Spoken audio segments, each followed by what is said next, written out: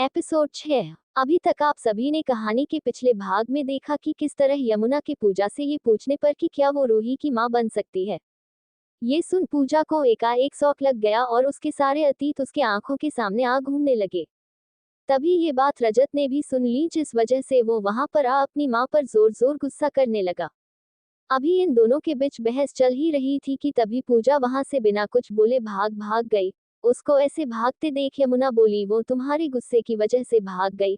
अभी रजत और कुछ बोलता उससे पहले ही डॉक्टर उसे अपने पास बुलाते हुए रूही की बीमारी के बारे में बताता है कि उसके दिल में सच में एक छेद है, जिस वजह से उसकी तबीयत बिगड़ गई थी और अगर उसका जल्द से जल्द ऑपरेशन नहीं हुआ तो आगे प्रॉब्लम हो सकती है। ये सुनकर रजत के पैरों तले जमीन ही निकल सी गई। अब कहानी आगे। रजत को ये बात पर विश्वास ही नहीं हो पा रहा था कि रूही के दिल में छेद, इसीलिए वो डॉक्टर को बोले जा रहा था, ऐसा नहीं हो सकता है डॉक्टर, आप एक बार फिर से चेक कीजिए, देखिएगा आपको गलतफहमी हुई है। देखिए मिस्टर रजत, मैं इस वक्त आपकी स्थिति को समझ रहा हूँ, पर यही सच है और आपको इसे स्वीकार करना ही होगा।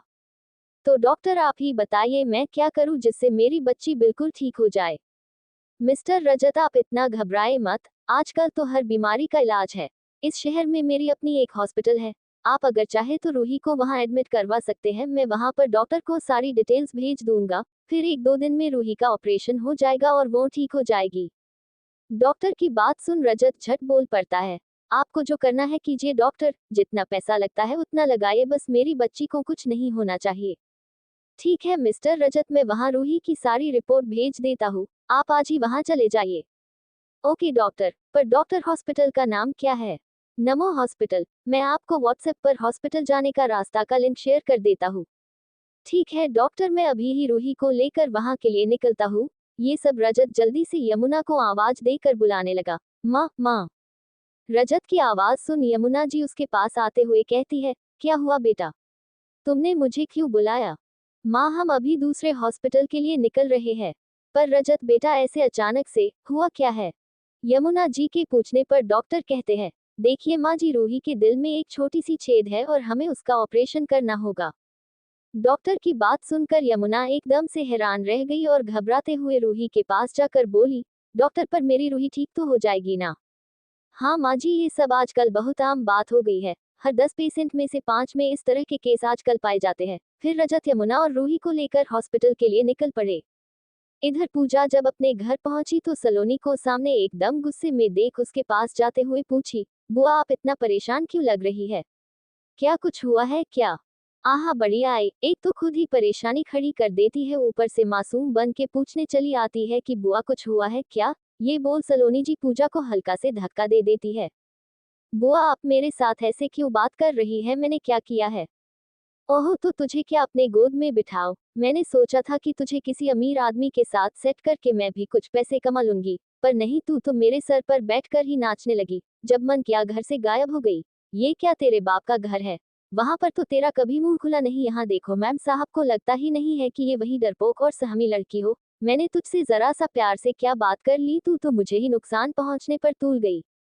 बुआ ये आप क्या सब बोल रही है, मैंने आपको कब नुकसान पहुंचाया और आप ये क्या मेरी सेटिंग के बारे में बात कर रही है। मैं तो यहाँ पर कुछ दिनों के लिए आई हूँ, फिर बाबा मुझे आकर ले जाएंगे।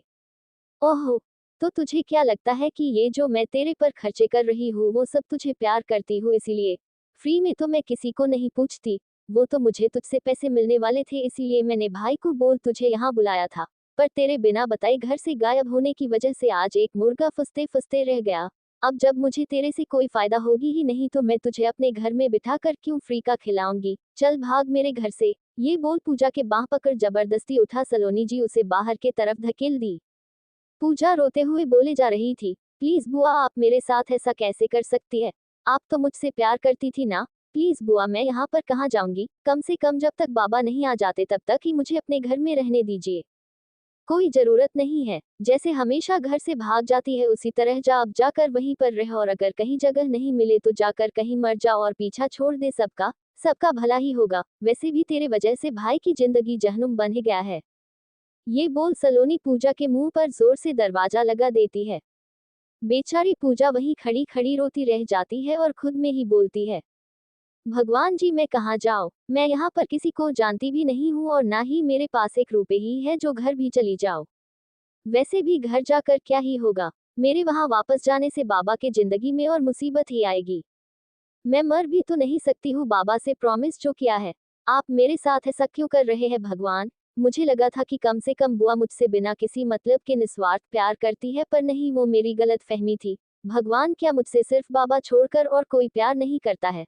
बुआ भी अपनी मतलब के लिए मुझे यूज करने के लिए यहाँ पर बुलवाई थी। जब उन्हें लगा कि मेरा काम नहीं है, उन्हें तो घर से निकाल दी। अब मैं इस भीड़ भरी शहर में कहाँ जाऊँ? ये सब सोचते सोचते पूजा शहर के हाईवे वाले रास्ते पर जा पहुंची। जब वो हाईवे पर चल रही थी तभी एक गाड़ी जोर जोर हॉर्न बजा उसे रास्ते से हटने को बोल रहा था। जब उसने वो हॉर्न की आवाज सुनी तो झट से सड़क के किनारे आ खड़ी हो गई और वहां से गाड़ी को गुजरते देखने लगी। कुछ ही देर तक जब वो लगातार हाईवे के नीचे समुद्र को देखे जा रही थी तो उसके जीने की इच्छा समाप्त होते जा रही थी। काफी देर तक सोचने के बाद फाइनली पूजा ने डिसाइड कर ही लिया और मन ही मन बोली, प्लीज बाबा, मैं जानती हूँ कि इस वक्त मैं जो कदम उठाने वाली हूँ उससे आपको बहुत दुख होगा, लेकिन जिंदगी भर मैं आपको दुखी नहीं देख सकती हूँ। उससे अच्छा यही है कि आप कुछ दिन दुखी रह लेना। मैं आपका प्रॉमिस तोड़ रही हूँ बाबा, मुझे माफ कर देना। ये बोल वो हाईवे के दोनों तरफ जो दीवार बनी होती है उस पर चढ़कर खड़ी हो गई और अपनी आंखें बंद कर जैसे ही छलांग लगाने वाली होती है कि तभी वो ये महसूस करती है कि कोई उसका हाथ पीछे से पकड़ रखा है, जिस वजह से वो खुद नहीं पा रही है। और ये फील होते ही वो झट से अपनी आंखें खोल पीछे के तरफ मुड़कर देखने लगती है। आप इधर रूही हॉस्पिटल में भर्ती हो जाती है और डॉक्टर उसका ऑपरेशन करने उसे ऑपरेशन थिएटर में लेकर चले जाते हैं। बाहर यमुना अकेली बेंच पर बैठी भगवान से रूही के जल्द ठीक हो जाने की प्रार्थना करने लगी। लगभग 1-2 घंटे तक रूही का ऑपरेशन चलता है, तब जाकर डॉक्टर बाहर निकलते हुए यमुना के पास आकर बोलते हैं, मिस्टर रजत कहीं दिखाई नहीं दे रहे हैं। कहाँ है वो माँ जी? डॉक्टर, वो तो इस वक्त यहाँ पर नहीं है। क्या हुआ, रूही ठीक तो है ना? हाँ हाँ माँ जी, अब आपकी पोती बिल्कुल ठीक है और उसका ऑपरेशन भी अच्छे से हो गया है। यही बताने मैं मिस्टर रजत को ढूंढ रहा हूँ। यमुना जी का डॉक्टर की बात सुनते ही खुशी का कोई ठिकाना नहीं रहा और वो खुशी से भगवान को प्रणाम करते हुए डॉक्टर से बोली, आपका बहुत बहुत धन्यवाद डॉक्टर, आपने मेरी रूही को बचा लिए। मैं आपका जितना भी शुक्रिया अदा करूँ वो कम ही होगा। अरे नहीं नहीं माँ जी, ये तो मेरा फर्ज है। इसमें शुक्रिया अदा करने जैसी कोई बात नहीं है। अच्छा, इस वक्त रूही बेहोश है, कुछ समय बाद उसे होश आ जाएगा तो फिर आप उससे मिल सकते हैं। डॉक्टर ये बोलकर वहां से चले गए। यमुना खुशी के मारे रजत को कॉल लगाने लगी और बोली, बेचारा मेरा बेटा ये बात जानकर बहुत घबरा गया था कि रूही के दिल में छेद है। अब जब उसे पता चलेगा कि उसका ऑपरेशन ठीक से हो गया है और अब हमारी बच्ची बिल्कुल ठीक है तो वो खुशी से झूम उठेगा। लेकिन फोन रिंग होने के बाद भी जब रजत ने कॉल रिसीव नहीं किया तो यमुना को कुछ अजीब सा लगा और खुद में बोली, रूही का ऑपरेशन होने वाला था और ये बात रजत जानता था। ऊपर उसे से कॉल भी कर रही हूँ तो रिसीव नहीं कर रहा है। रजत तो ऐसा कभी भी नहीं करता है, तो फिर आज अब मैं कहाँ से पता भी लगवाऊं कि आखिर वो है कहाँ। अभी यमुना जी खुद में ये बोल ही रही थी कि तभी पीछे से रजत एक ऊंची आवाज में बोल पड़ा, उसकी कोई जरूरत नहीं है माँ, मैं खुद आ गया। उसकी आवाज सुनते ही यमुना जी झट से उसके तरफ मुड़ी। जैसे ही उसने रजत को देखा उनकी आंखें एकदम से बड़ी बड़ी हो गई। इधर सलोनी को जब पूजा के बाबा यानी कि उसके भाई सुखदेव का कॉल आता है और वो अपनी बहन से पूछता है कि दीदी पूजा बिटिया कहाँ है? पता नहीं मेरा मन उसके लिए क्यों घबरा रहा है और बार बार बेचैनी हुए जा रही है। आप एक बार मेरी उससे बात करा देती तो। सुखदेव की बात सुनकर सलोनी काफी इरिटेट हो रही थी, इसीलिए झूठ बोलते हुए बोली, भैया आप भी ना बेकार में पूजा को लेकर परेशान हो रहे हैं। वो अभी बच्चों को ट्यूशन पढ़ा रही है, नहीं तो मैं अभी ही बात करवा देती आपकी। नहीं नहीं दीदी, तब रहने दीजिए। अगर मेरी बच्ची अब आगे बढ़ रही है तो फिर मैं उससे बात कर उसे उन पुरानी बातों को याद करने पर मजबूर नहीं करना चाहता हूँ। अच्छा ही है जो वो बच्चों को ट्यूशन पढ़ने लगी। इधर यमुना जी दौड़ते हुए रजत के पास जाते हुए उससे धीरे से पूछी, ये तुम्हारे साथ कैसे? मुझे तो यकीन ही नहीं हो रहा है। कहीं मैं कोई सपना तो नहीं देख रही हूँ? ये पूजा ही है ना? दरअसल बात ये हुई, जिस वक्त पूजा समुद्र में कूदने वाली थी तो उस वक्त जिसने उसका हाथ पकड़ उसे बचाया था वो कोई और नहीं बल्कि रजत ही था। वो अपनी कार से रूही के लिए मन्नत मांगी थी, इसीलिए एक मंदिर से लौट रहा था तभी उसकी नजर पूजा पर पड़ गई जो कूदने वाली थी। इसीलिए वो उसे बचा अपने साथ हॉस्पिटल ले आया। यमुना जी पूजा को देखते हुए पूछती है, पूजा बेटा तुम ठीक तो हो ना, और तुम इसके साथ ही कब हुआ और कैसे? माँ, इस लड़की का कोई ठिकाना नहीं है इस वक्त, इसीलिए ये हमारे साथ कुछ दिन रहेगी, पर जल्द ही मैं इसका व्यवस्था कहीं पर करवा दूंगा। मैं रूही के पास जा रहा हूँ। ये बोल रजत वहां से चला गया। उसके बाद पूजा यमुना को सारी बात बताती है। बेटा आ बैठ तू मेरे पास और बता क्या तू मुझसे नाराज है। यमुना जी की बातों को सुन पूजा बोलती है, माँ जी आप ये कैसी बात कर रही है, मैं भला आपसे नाराज क्यों रहूंगी। नाराज तो मेरी किस्मत मुझसे है। तो फिर मैंने जब तुझसे वो बात पूछी तो तू वहां से भाग क्यों गई और तुम्हारे पास कहीं रहने की जगह नहीं बची तो भी तू हमारे पास नहीं आई, बल्कि इससे अच्छा मरने का सोच लिया। प्लीज माँ जी मुझे माफ कर दीजिए, मुझे लगा कि मेरा यहाँ सबसे मदद मांगना सही नहीं होगा इसीलिए मैं यहाँ पर नहीं आई। वैसे मैं आज बहुत खुश हूँ रूही का ऑपरेशन अच्छे से हो गया। देखिए ना भगवान भी कैसे कैसे खेल खेलते हैं। खुद रजत जी ही आज मुझे यहाँ पर लेकर आए हैं। चलिए ना एक बार रूही से मिलकर आते हैं माँ जी। पूजा की बात सुनकर यमुना जी बोली, ठीक है बेटा चलो, लेकिन डॉक्टर बोले हैं अभी कुछ देर लगेगा उसे होश आने में। फिर यमुना और पूजा दोनों रूही से मिलने वार्ड में चली गई जहां पर रजत पहले से ही रूही का हाथ पकड़े उसके होश आने की इंतजार कर रहा था।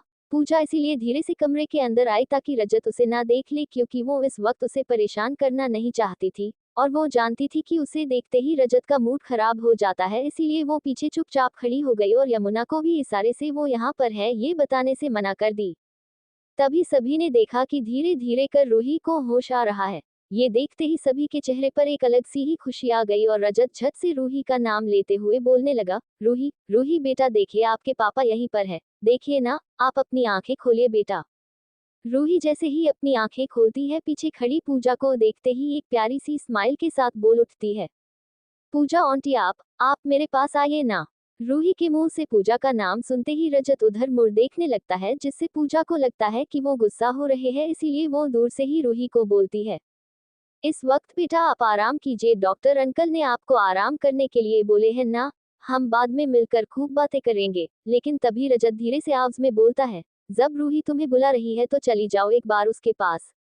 ये बात सुनते ही पूजा की आंखें बड़ी बड़ी हो गई और वो बड़ी हैरानी से रजत की तरफ देखने लगी। फिर वो रूही की तरफ प्यार से देखते हुए बोली, अब आप जल्दी से पूरी तरह से ठीक हो जाओ रूही, फिर हम खुद मस्ती करेंगे साथ में, लेकिन उससे पहले आपको अपना ध्यान रखना होगा और टाइम पर दवाई लेनी होगी। क्यों लेंगी ना आप टाइम पर दवाई। पूजा की बात सुन रूही कराहते हुए आवाज में बोली, हाँ आंटी आप जो बोलेंगी मैं करूंगी, पर आप मेरे पास ही रहेंगी ना, आप नहीं ना जाएंगी मुझे छोड़कर। अभी रूही के सवालों का पूजा या यमुना कोई जवाब देती उससे पहले ही रजत बोल पड़ा, हाँ रूही बेटा अब से आपकी पूजा आंटी आपके साथ ही रहेंगी हमेशा के लिए, अब आप खुश है ना। सच्ची में पापा, आप झूठ नहीं ना बोल रहे हैं। हाँ मेरी प्रिंसेस मैं बिल्कुल सच कह रहा हूँ, लेकिन इस वक्त डॉक्टर ने आपको ज्यादा बोलने से मना किया है। तो आप आराम कीजिए, हम कल मिलकर घर जाएंगे, लेकिन आज आपको यही हॉस्पिटल में ही रहना है। हम लोग अभी बाहर जाते हैं फिर कुछ देर बाद आपसे मिलने आएंगे। ठीक है पापा। रजत ये बोल वार्ड से सबके साथ बाहर आ गए। कब से यमुना के मन में एक सवाल घूम रहा था इसीलिए वो जैसे ही वार्ड से बाहर आए वो झट से रजत से सवाल की, रजत मुझे तुमसे एक बात पूछनी थी, ये जो इस वक्त तुम अंदर रूही से बोल रहे थे कि पूजा हमेशा हम लोग के साथ ही अब से रहेगी, वो सब क्या था। पूजा को लगा इस वक्त शायद ये बात करने से रजत कहीं गुस्सा हो गए तो खामा खा इन दोनों के बीच के फासले और बढ़ जाएंगे इसीलिए वो बीच में यमुना जी से बोलती हुई बोली, माँ जी इस वक्त ये बात रहने दीजिए ना, अगर रूही सुनेगी तो वो बच्ची परेशान हो जाएगी। नहीं पूजा बेटा मैं ये जानना चाहती हूँ कि आखिर ये चाहता क्या है। जब मन किया तुझे उतना कुछ सुना देता है और जब मन किया ये बोल देता है कि अब तुम रूही के साथ रहोगी। बताओ रजत तुम्हारे मन में क्या चल रहा है। माँ आप ही ना चाहती थी इस लड़की को रूही की माँ बनाना तो लीजिए मैंने आपकी बात मान ली, मैं इससे शादी करने के लिए तैयार हूँ, पर हाँ ये लड़की सिर्फ मेरे रूही की माँ ही होगी ना कि मेरी पत्नी, वो कभी भी नहीं बन पाएगी। रजत ये सब बोले जा रहा था और पूजा चुपचाप उनके बातों को सुन रही थी। जब रजत चुप हो गया तब पूजा धीरे से बोली, आपने अपना फैसला तो सुना दिया लेकिन इस सब से पहले मैं आप दोनों को अपने अतीत के बारे में कुछ बताना चाहती हूँ, क्योंकि मैं नहीं चाहती हूँ कि कल को आप लोगों को मेरा अतीत कहीं और से पता चले। पूजा जब अपने अतीत की बात बोलती है तो यमुना जी थोड़ा हैरानी से बोली, क्या बात है बेटा, आखिर तुम अपने किस अतीत के बारे में क्या बताना चाहती हो। माँ जी ये बात सच है कि मैं रूही से बहुत ज्यादा प्यार करती है और मुझे उसकी माँ बनने में कोई परेशानी नहीं है, पर एक सच्चाई जो शायद आप लोगों को नहीं पता है वो मेरी शादी। पूजा की शादी वाली बात यमुना जी सन रह गई और फिर बोल पड़ी, तुम्हारी शादी, इसका मतलब ये है कि तुम्हारी शादी हो चुकी है पूजा। ये बात यमुना हैरानी से बोली, जी माँ, मेरी शादी हो चुकी है और जिसके साथ हुई थी वो एक फ्रॉड इंसान था जिसने मुझे बेचने के नियत से शादी करी थी। पर मेरी किस्मत अच्छी निकली जो मैं वहां से भाग कर लौट आए। लेकिन मेरी शादी हो चुकी थी, इसीलिए सभी गांव वाले मेरे बाबा को मेरी वजह से बहुत कुछ सुना देते थे। लेकिन मैं कुछ कर भी नहीं सकती थी, इसीलिए मैंने सोचा अगर यहाँ बुआ के पास आ जाऊंगी तो शायद उनकी मुसीबत कुछ कम तो हो जाएगी। पर शायद बुआ भी मुझे अपने मतलब के लिए ही यूज करने की सोची, और जब उनके मन का नहीं हो पाया तो वो भी मुझे घर से निकाल दी। पूजा की सारी बातें जानने के बाद रजत बोला, मुझे तुम्हारे अतीत या तुम्हारी हुई शादी से कोई फर्क नहीं पड़ता है, क्योंकि मैं ये शादी सिर्फ अपनी बेटी रूही की खुशी के लिए कर रहा हूँ। क्योंकि मैंने देखा है वो जब तुम्हारे साथ रहती है तो बहुत खुश रहती है, और अगर वो तुम्हारे साथ ही खुश रहेगी तो मैं उसकी ये खुशी उससे नहीं छीन सकता हूँ। सिर्फ एक यही वजह है जो मैं तुमसे शादी करूंगा, और तुम भी ये बात हमेशा याद रखना। तो बोलो, क्या तुम ये शादी करने के लिए तैयार हो? जी मिस्टर रजत, वैसे भी इस दुनिया में मेरे लिए कोई जगह है नहीं जीने के लिए, कम से कम रूही के साथ रहकर अपने बीते समय को भूल तो पाऊंगी। मैं तैयार हूँ रूही की माँ बनने के लिए। पूजा बेटा, तुम एक बार और सोच लो, क्या तुम ये चाहती हो? क्योंकि कल तुम्हें ऐसा ना लगे कि तुमने ये शादी करके गलती कर दी है। हम अपनी खुशी की खातिर तुम्हारे साथ नाइंसाफी नहीं कर सकते हैं। नहीं माँ, मैं अपने मन से रूही की माँ बनाना चाहती हूँ, इसी बहाने मैं उसके पास तो रह सकूंगी ना। तभी रजत बोल पड़ा, तो फिर ठीक है, कल हम मंदिर में जाकर नॉर्मल सा फॉर्मेलिटी कर लेंगे। ये बोल वो चला गया। उसको जाते हुए देख यमुना पीछे से बोली, पर बेटा इस तरह से शादी। लेकिन तब तक रजत जा चुका था, इसीलिए पूजा यमुना की तरफ देखकर बोली, प्लीज माँ जी, ये शादी सिर्फ हम रूही के लिए कर रहे हैं, तो जितनी नॉर्मल हो उतना ही अच्छा होगा। मैं भी यही चाहती हूँ। ये बोल पूजा भी वहां से रूही के पास चली गई। उन दोनों के जाने के बाद यमुना खुद में बोली, हाँ मैं यही चाहती थी कि पूजा जैसी लड़की मेरे बेटे की जिंदगी में आ जाए, पर इन दोनों की सोच देख मुझे नहीं लगता कि ये दोनों कभी इस रिश्ते को स्वीकार भी करेंगे। सिर्फ रूही के माँ पापा ही बनना कहीं पूरी जिंदगी गुजार दे। हे भगवान, प्लीज आप इन दोनों के हो रहे पुनर्विवाह पर अपनी आशीर्वाद बनाए रखिएगा, ताकि इनकी जिंदगी में भी कुछ खुशियां आ जाए। अगली सुबह रूही को रजत हॉस्पिटल से लेकर घर आ गया और उसे अपने कमरे में ले जाकर बेड पर लेटाते हुए बोला, रूही मुझे आपसे कुछ पूछना था, क्या आप मुझे उसका सही सही जवाब देंगी? हाँ पापा पूछिए ना, रूही मासूम सूरत बना बोली। क्या आप सच में ये चाहती है कि पूजा आपके साथ ही रहे? क्या आप उसे अपनी माँ बनाना चाहती है? रजत की बात सुन रूही चुप रह गई। उसे लगा कहीं पापा गुस्सा ना हो जाए उसके ये बात कहने से कि हाँ वो पूजा आंटी को अपनी माँ बनाना चाहती है। रूही की चुप्पी देख रजत वापस से बोला, प्लीज रूही बोलिए, आपको डरने की जरूरत नहीं है, मैं आपको नहीं डांटूंगा। हाँ पापा, पूजा आंटी मुझे बहुत प्यार करती है और वो मुझे बहुत पसंद है। मैं उनके साथ हमेशा रहना चाहती हूँ। क्या आप पूजा आंटी को मेरी माँ नहीं बना सकते हैं? ठीक है रूही बेटा, आज से आपकी पूजा आंटी आपके साथ ही रहेंगी, आपकी माँ बनकर। और आज से हम भी यही दादी के साथ रहेंगे। रजत की बात सुनकर रूही एकदम से खुशी से चहक उठी और बेड पर ही खड़े होकर उछलने लगी और बोलने लगी, ये अब मैं अपने दोस्तों से बोलूंगी कि मेरी भी माँ है। पूजा आंटी अब मेरी माँ बनेगी। मैं बहुत खुश हूँ पापा। रूही को वैसे खुश देखकर रजत काफी खुश हो गया और मुस्कुराते हुए मन ही मन बोला, अगर आप उस लड़की में अपनी माँ को देखती है तो ठीक है रूही, मैं आपकी खुशी के लिए ये शादी जरूर करूंगा। क्योंकि एक बार मैंने अपनी जिंदगी को खो चुका हूँ और अब मैं आपको किसी भी हालत में नहीं खो सकता हूँ और आपको ना ही दुखी देख सकता, फिर चाहे मुझे उस लड़की से शादी ही क्यों ना करना पड़े। अभी रजत ये सब सोच ही रहा था कि तभी यमुना जी उस कमरे में आते हुए बोली, रजत बेटा, तुम्हें अभी मंदिर जाना है ना, तुम जाओ, मैं यहाँ पर रूही के पास रहती हूँ। पर दादी पापा ने मुझे बोला है कि वो पूजा आंटी को मेरी माँ बनाएंगे। हाँ बेटा, इसीलिए तो आपके पापा मंदिर जा रहे हैं, ताकि आपकी पूजा माँ को ला सके। अपनी दादी की बात सुन रूही खुशी से बोल उठी, तब तो मैं भी पापा के साथ ही जाऊंगी दादी। पापा मुझे भी आपके साथ मंदिर जाना है प्लीज। नहीं रूही, अभी आप नहीं चल सकती है। कुछ घंटे में तो आपकी पूजा माँ आ ही जाएंगी ना। इस हालत में आप कैसे जाएंगी? यमुना जी रूही की फिक्र करते हुए बोली। तभी रजत बोला, नहीं माँ, अगर रूही का मन है कि वो मेरे साथ चले तो वो जरूर जाएगी, और फिर ये शादी भी तो मैं इन्हीं की खुशी के खातिर कर रहा हूँ। मैं अपनी रूही को गाड़ी में बिठा कर ले जाऊंगा। पर बेटा तुम, मैं और कुछ नहीं सुनूंगा माँ, मेरी बेटी मेरे साथ ही जाएगी। ये बोल रजत रूही को गोद में उठाकर अपने साथ लेकर चल दिया। पूजा मंदिर में पहले से ही रजत का वेट कर रही थी, क्योंकि रजत ने उसे हॉस्पिटल में ही बता दिया था कि आज सुबह 10 बजे वो मंदिर में आ जाए शादी के लिए। इसीलिए वो समय से मंदिर पहुंच चुकी थी, लेकिन अभी तक रजत नहीं पहुंचा था। जब कुछ ज्यादा ही लेट हो गया तो पूजा खुद में सोचने लगी, कहीं ऐसा तो नहीं है कि उनका मूड बदल गया हो, शायद यही हो सकता है इसीलिए वो अभी तक नहीं आए। मुझे भी अब यहाँ से चले जाना चाहिए। वैसे भी मैं यहाँ पर अकेली हूँ, मुझे कुछ सही नहीं लग रहा है। ये बोल वो जल्दी से अपने कदम बढ़ा निकलने लगी। तभी मंदिर के बाहर ही कुछ बदमाश लड़के बैठे आते जाते लड़कियों को परेशान करते रहते थे। तभी उनकी नजर पूजा पर पड़ गई, जिसे देखते ही वो लोग सीटी मारने लगे और जोर जोर से बोलने लगे, अरे अरे इतनी सज धज कर किसका इंतजार कर रही हो, अगर कहो तो हम आ जाए क्या, पूरा मजा देंगे क्यों भाइयों। पूजा को ऐसा बोल वो सभी बदमाश लड़के हंसने लगे। पूजा उन लोगों की इतनी गंदी बात सुनकर डर गई और उनके तरफ बिना देखे ही तेजी से चलने लगी। पूजा को इस तरह बिना कोई जवाब दिए जाते देखो लड़के झट से अपनी अपनी बाइक पर से उतर उसको घेरते हुए बोले, अरे अरे इतनी भी जल्दी क्या है जाने की, अभी तुम्हारा होने वाला दूल्हा लगता नहीं है क्या है, तब तक हमारे साथ ही मौज कर लो। वैसे भी इतनी खूबसूरत लड़की ऐसे अकेली अच्छी नहीं लगती है, क्यों दोस्तों, क्या बोलते हो, बना लूं इसको तुम सबकी भाभी। उन बदमाशों में से एक लड़के ने बोला। उसकी बात सुन पूजा गुस्से से बोली, देखो मुझे जाने दो, छोड़ो मेरा रास्ता, ये सब तुम बिल्कुल अच्छा नहीं कर रहे हो। अगर तुमने मुझे जाने नहीं दिया तो मैं तुम लोगों की कंप्लेन पुलिस से कर दूंगी, समझे, जाने दो मुझे। ये बोल पूजा वहां से निकलने की कोशिश कर जाने लगी, लेकिन तभी उनमें से कोई एक लड़के ने उसकी हाथ को जोर से पकड़ते हुए बोला, अरे ऐसे कैसे जाने दे इतनी खूबसूरत बला को, कम से कम एक बार तो मजा लेना बनता है, फिर जहां मन चले जाना, लेकिन अभी के लिए तो तुम मेरे साथ ही चलोगी। ये बोल उसे जबरदस्ती अपने साथ खींचते हुए बाइक पर बिठा बाइक स्टार्ट कर आगे बढ़ने की कोशिश करने लगा।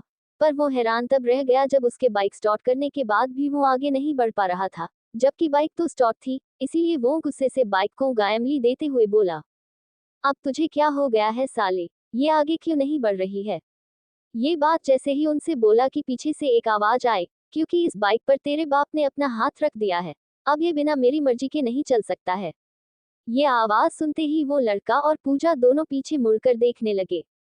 तो दोस्तों आज के इस एपिसोड में बस यहीं तक।